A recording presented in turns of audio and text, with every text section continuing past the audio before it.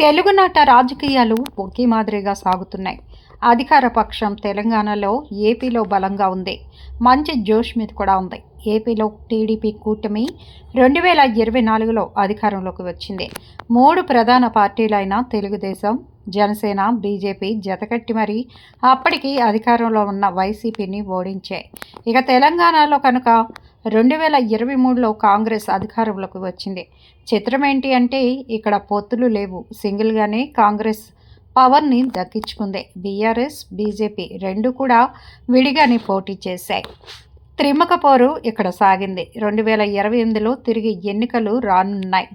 ఆనాటికి ఏ 2 పార్టీల మధ్య పొత్తులు కుదురుతాయి అన్నది కూడా తెలియకపోగా మరో 1-2 కొత్త పార్టీలు కూడా రంగంలోకి దిగే ఛాన్స్ ఉందని అంటున్నారు రాజకీయ విశ్లేషకులు. ఇక చూస్తే మరో విషయం ఏంటి అంటే ఏపీలో కూటమి పెద్దలు తాము ఏకంగా 15 నెలల పాటు అధికారంలో ఉంటామని చెబుతున్నారు.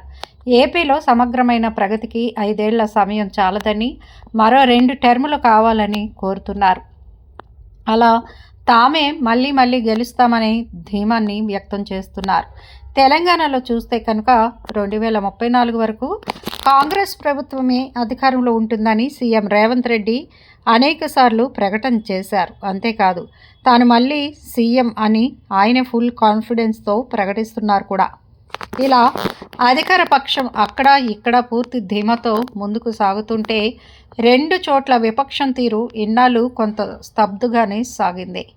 ఏపీతో పోలిస్తే తెలంగాణలో బీఆర్ఎస్ జోరు చేసిన అసలైన నాయకుడు కేసీఆర్ మాత్రం కేర్ ఆఫ్ ఫామ్ హౌస్గా ఇన్నాళ్ళు ఉంటూ వచ్చారు. ఆయన చడి చప్పుడు రాజకీయంగా అయితే లేదు. ఇక ఏపీలో వైసీపీ క్యాడర్ ద్వారా ఆందోళనలు నిర్వహింపచేస్తూ జగన్ మాత్రం తాను తెరచాటునే ఉంటూ వస్తున్నారు. ఆయన సైతం కేర్ ఆఫ్ బెంగళూరుగానే ఉంటున్నారు. అయితే 2026లోకి అడుగు పెడుతున్న వేళ అటు కేసీఆర్ ఇటు జగన్ రాజకీయ రంగంలోకి తిరిగి ఫుల్ యాక్టివ్ మోడ్లోకి దిగబోతున్నారని తెలుస్తోంది.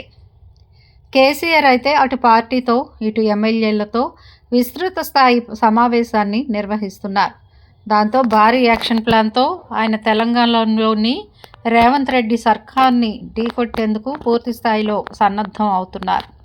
ఇక ఏపీలో జగన్ కూడా 2026 క్యాలెండర్ని ఫుల్గా వాడుకోవాలని చూస్తున్నారు.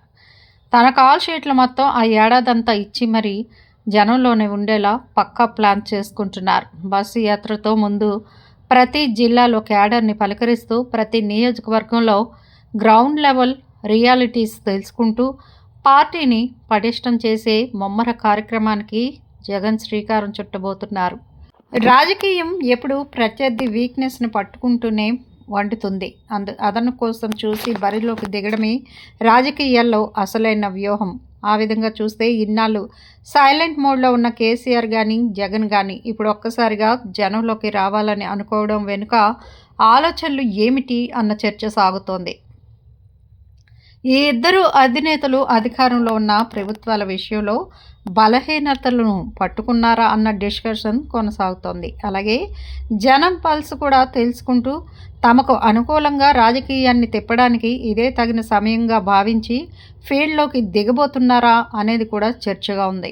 ఏది ఏమైనా ప్రభుత్వం పట్ల ప్రజల్లో ఎన్నో ఆశలు ఉంటాయి. అవి నెమ్మదిగా కాలంతో పాటుగా కరిగిపోతూ అసంతృప్తులుగా మారుతారు. సరిగ్గా దాన్ని అంచనా వేసి ప్రతిపక్షం రంగంలోకి దిగితే పరిస్థితి వారికి సానుకూలంగా మారుతుంది. మరి రాజకీయ వ్యూహాల్లో తమదైన శైలిలో ముందుకు సాగే కేసీఆర్, వైఎస్ జగన్ అధికారం పక్షం వీక్నెస్ని గుర్తించారా అనేది ఇప్పుడు అంతటా చర్చనీయాంశంగా మారింది. మా వీడియోస్ కనుక మీకు నచ్చినట్లయితే లైక్ చేయండి, షేర్ చేయండి, సబ్స్క్రైబ్ చేయండి.